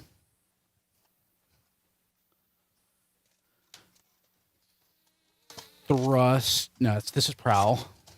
Thrust and the Optimus Prime Megatron versus set. I need to get neat. some of those back. I had to sell mine years ago, and I really always liked those. They're neat little things. Never had any. They are really nice. If you ever see a good price on some, Matt, I think you'll enjoy them. Yeah. Well, apparently Especially there's the Mandarake for that. Yeah, there's some left. I didn't buy them all. Just get the Dr. Wu ones. They're even better. They're not official. So and it loses a little bit of the novelty anyway. yeah. Yeah, a little bit. So Fan First Friday happened, and Hasbro put up all of their new stuff, and they cheated, and they put up stuff that nobody wants in their new listing. And I, in a rush on my phone, ended up buying Kingdom Wheeljack, which I didn't need, but also Cyber Battalion Sideswipe. Great job. It's a 3-year-old figure. Yeah, I know, right? Oh, so that came today. Another Mandarake order. I got the Paradron type aerial a couple weeks ago. I just literally realized last week that Superlink Aerial has a different deco than Energon RC. So I got her. One that I wanted for years. Something I wanted for years, and I picked it up. Again, from Superlink. Dinobot Magma type. Oh, neat. Oh, that is such a nice deco. Yeah. For the listeners, it and Ariel are on the card. Bunch of carded adventure stuff. I'll just quickly run through that. Geez, I have too much stuff. So I was talking about this on History on the Fives recently, and I don't remember how to say it. Gregover, basically the strong arm repaint. Yeah, so it's Greejeever. Except it is romanized differently on the adventure packaging, but it's based on the car robot's Greejeeber, which is the Swindle redeco. Okay. Yes, Isn't it like Greejeeber or something? Well, yeah. More adventure stuff. I think most of them are similar to the Hasbro red stuff, but Grimlock on the card. The cards for all the adventure stuff are cut. They're open. Nemesis Prime. I'm running out of space on my desk to throw this stuff. Black Shadow. Yeah. Which I didn't even know that was an adventure. The toy. Yeah, they folded in a lot of stuff into adventure from Generations, a few animated toys even. Yeah. And I love this toy so much, I wanted the carded one, Roadblock. I have one of those. Yeah, I have it. I don't have it. I had it loose. I didn't have it carded, so. Sorry, I missed it. Which roadblock? Adventure. It's the Scoop redeco. Yeah. Oh, In green. Yeah. It's a great toy. That is a good toy. Okay. So I'm gonna just start throwing crap up here that I don't care about. Rhinox I finally got from Amazon. I'm not even. I like that was your first example of crap you don't care about. Yeah. I mean, I've been saying it for years. It's about time you guys are catching up to speed. Yeah.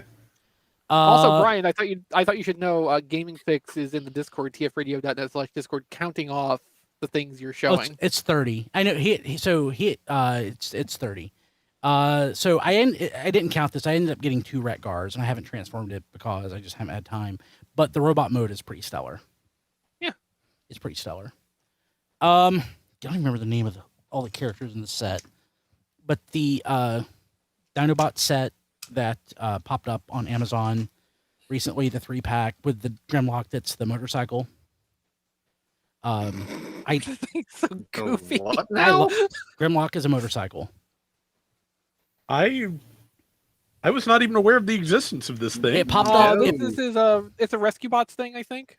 Okay. Yeah. It was a 3-pack. It popped up. So the thing that bugged me about it is the one on Amazon.com. What it showed was the retail packaging. It came in frustration-free packaging, which apparently doesn't include instructions either. Not that you need them, but I wanted them. But that's kind of cool. I'm not going to bother showing them, but I got Rodimus, which I really like, and the Ark, which I also really like, but it's bottom tier for me as far as the Titan class toys go, just because I don't feel like that I need that as a character. And I'm almost done. Kim was at Target last week, and I've been looking for new stuff to buy, and I've had no string of bad luck. It was so bad that I bought these, which I think all of them are basically just repackaged Cyberverse stuff. I'm pretty sure they're all repackaged. So Energon, Axe Attack, Optimus Prime, just repackaged, I believe, in the Cyberverse Adventures Bumblebee packaging. Chomp Jaw Grimlock, Ramjet, and Megatron. But, I like the look of the packaging. I'm not the biggest Cyberverse fan, but I like them. Okay. This is something that I was talking to Don about last week or the week before.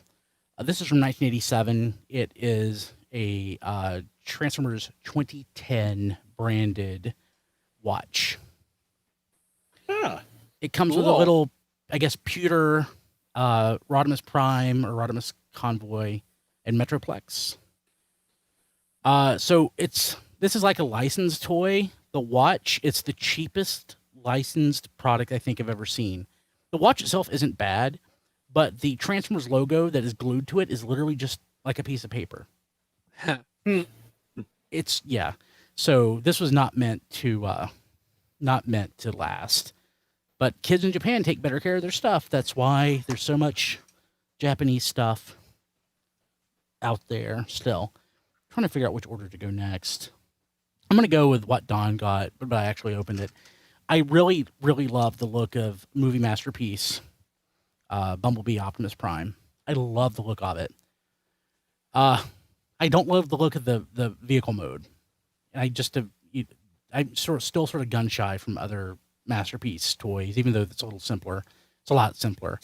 But I saw somebody say on Twitter that the color is too light. I actually agree that it's lighter than it should be, but to me that makes it look more like G1 Optimus.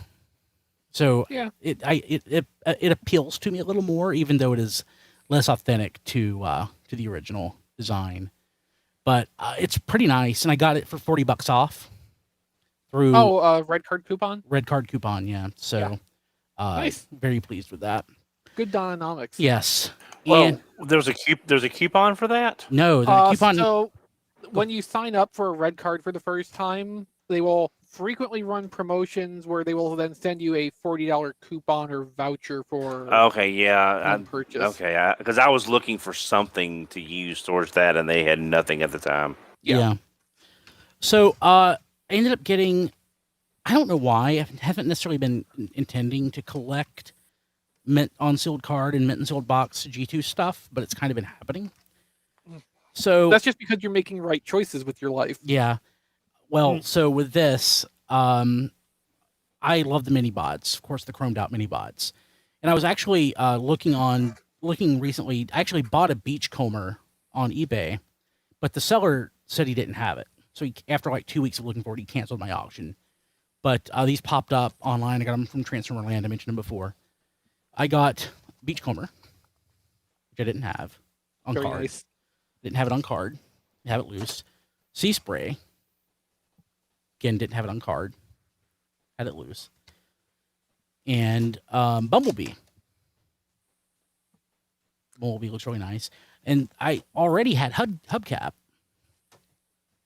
So that completes my mini bot collection. But what it turns out is I also already had a mint on sealed card Bumblebee. So now I have 2 mint on sealed card G2 Bumblebees. But I am okay with that because I'm weird. But yeah. Oh, and one more thing. This is not the coolest thing. It's just the one that I forgot to point out. I think it was Michael Turner on Twitter recently posted photos, and I retweeted them, scans from Marvel Age magazine. Let me actually get back here. Marvel Age magazine from August of 1984. On the cover, the Muppets, because that was a big deal. Muppets were coming to Marvel. What didn't apparently matter nearly as much is there's like a 4-page Transformers preview. Oh. Yeah, where they go into talking about Transformers coming out and sort of give just a preview of what's going to happen. It's 3 pages, not 4. But you know, it's a nice piece of Transformers history that I didn't have, and this costs like 75 cents, like literally cover price, I think is what I paid for it. Nice. So, it was cover price was 35 cents. So, a little more than cover, but not much more than cover. And that's it. That's what I got this week, 30 things. So, we want to thank our patrons. It's Touch Tier. You're awesome. We love you. You can find the list at tfradio.net/credits. I want to thank Kevin Dorsey, Ryan Bona, Cheesy Patty, Emmett Sresovich, Rabbits, Hector Bones, Jonathan James, Ness, Joey Russell, Jason Hiley, Mike Mallory, Jason W. Rye, Sean Hamilton, Jacob Owen Lucia, Boomer, or Sean Bratton, depending on how you want to go, Spider Bob, Mighty Orbots, Black and White Now in Color, Nate Wilson, and Cybertron Toys. Thank you all so much. You're awesome. And being a Touch patron means you can be on our History on the Fives podcast, which we post every week. And it's a lot of fun. So you can find us online at tfradio.net. All of our social links are there. Twitter, Facebook, all that. I'm personally on Twitter at bkilby and on Instagram at Brian Kilby, though I don't have my Instagram signed in. It's the dog's Instagram, and it's been that way for months. So really just go to the dog's Instagram. You can find it. And my website is briankilby.com. I post other stuff there. Rob, how do people get a hold of you? They can find me on Twitter at Figure Reviewers or Rob Flails. Mostly Figure Reviewers. I talk about toys. Rob Flails is the Twitter for Flail Throughs, my YouTube channel. I cover Gundam games right now. Gundam Battle Operation 2 and SD Gundam G Generation Genesis. Both are I'm having a pretty good time with. Genesis is just a fantastic game, and Bandai really needs to get on bringing that over here because I'm pretty sure I've sold at least 5-6 copies now. But yeah, if you like what I'm doing over there, you can check out patreon.com/flailthroughs and throw money at me to do it. You can make requests for specific mobile suits and color schemes in Gundam Battle Operation 2. And also, if you just would rather just throw things at me in general, that is tfradio.net/playlist. Cool. Diecast. You can follow me on Twitter at Diecast2. You can see my reviews at tfradio.net/reviews. You can like my Facebook page on Facebook at Reviews by Diecast. Excellent. Don. I can reach on Twitter at HMRC, the number 4 EVR. Chris. You can follow me for toy photography things at Play With Photos on Twitter or playwithphotography.com. Getting to that point in the evening where I'm starting to slur my words. So, we've been podcasting long enough. You can also support my toy photography work at patreon.com/playwithphotos for as little as $2 per month. I'm personally on Twitter at ChrisRTXV. And if you would like to, commit random acts of kindness at me, I also have an Amazon wish list at tfradio.net/chrislist. Excellent. John DeLuna is not here, but of course you can find him at that John D basically everywhere. Rob Springer also not here. Rob's still sick. Get feeling better, Rob. He's at Robo-Rob Springer on the Twitters and at zonebase.org.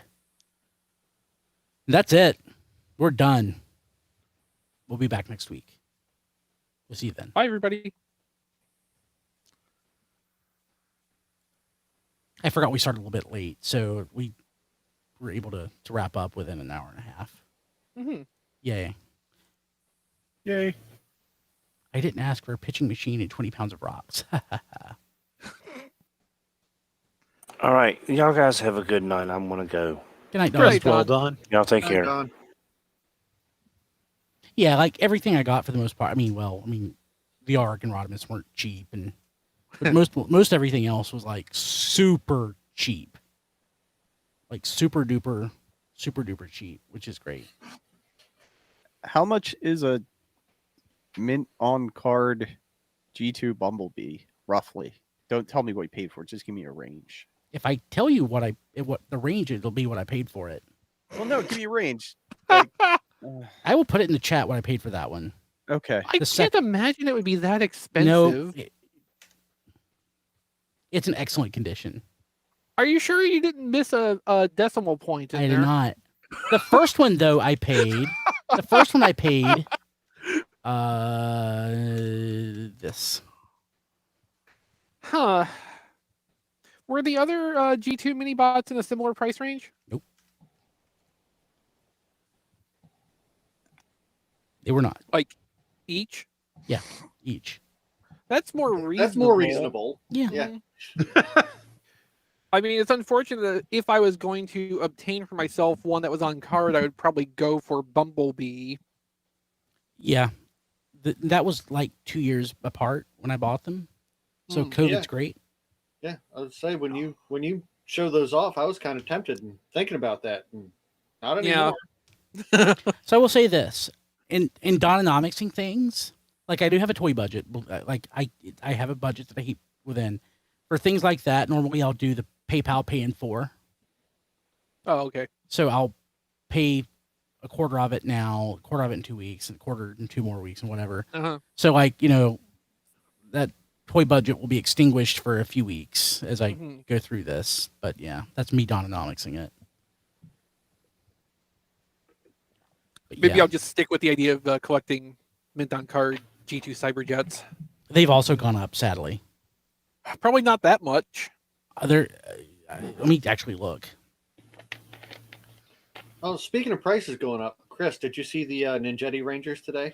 $25 each. 25 to 27, depending on where you get them. Yeah, I was just erring on the side of the lower price, which happened to be, where they're actually being sold. Guess what I'm not buying? A loose hooligan for $40. Here's one mint on sealed card. The card's beat up, but it's $32. Yeah, I think that person with their $40 is just, aspirational. $30, $62, $90,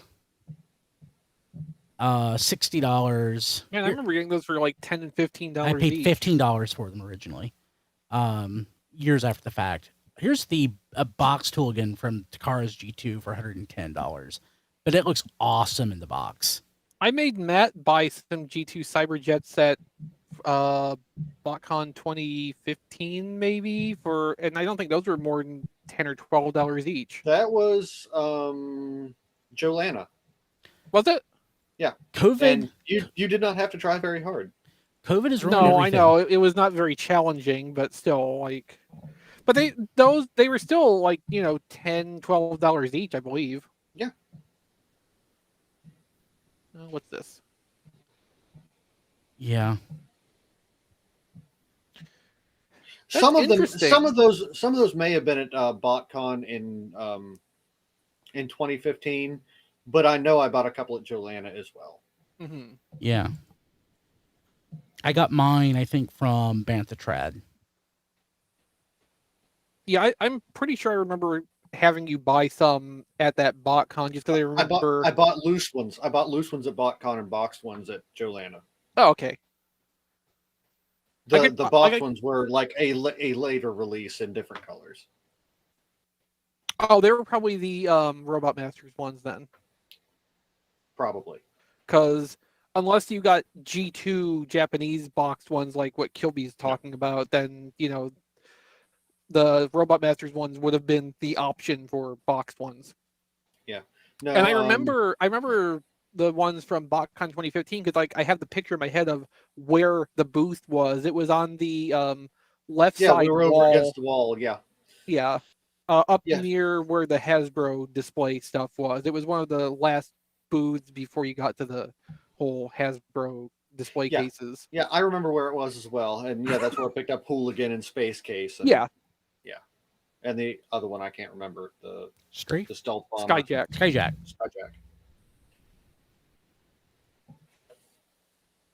What is this? Okay, so. And then I guess you didn't get the Autobot versions, Jetfire, Strafe, and Air Raid. I don't think so.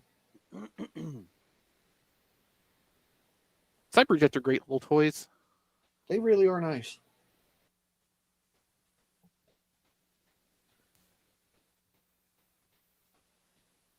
They're cool little toys. Mm-hmm. Too bad mine have lived in the bottom of a bin for so long. I probably need to get new ones. I bought a mint on card Hooligan in 2010 or 2011, something like that, maybe even a little bit earlier. And it came mismolded out of its original packaging. Oh, wow. Oh, no. Not anything like severe. The landing gear was malformed on one of the legs. But it's just like, my luck. I buy a mint on card Hooligan. It's defective. Yeah, I'm sure that not that those toys are disposable, but those toys are, simpler than some of their other G2 toys. I'm not surprised that this more simplicity means that there may be less care in the factory when, they're pulling them out of the mold. This seemed more like, the mold just didn't fill completely. Yeah, but I can see like less QC involved because maybe. They're the cheap toy. Kids don't care. They're not thinking of a collector opening it, 25 years later. Or 15 years later, I guess, at that point. Hey, people watching live, I'm going to kill the stream because I've got work to do. So let's see here. We're going to say bye to YouTube. Goodbye, YouTube.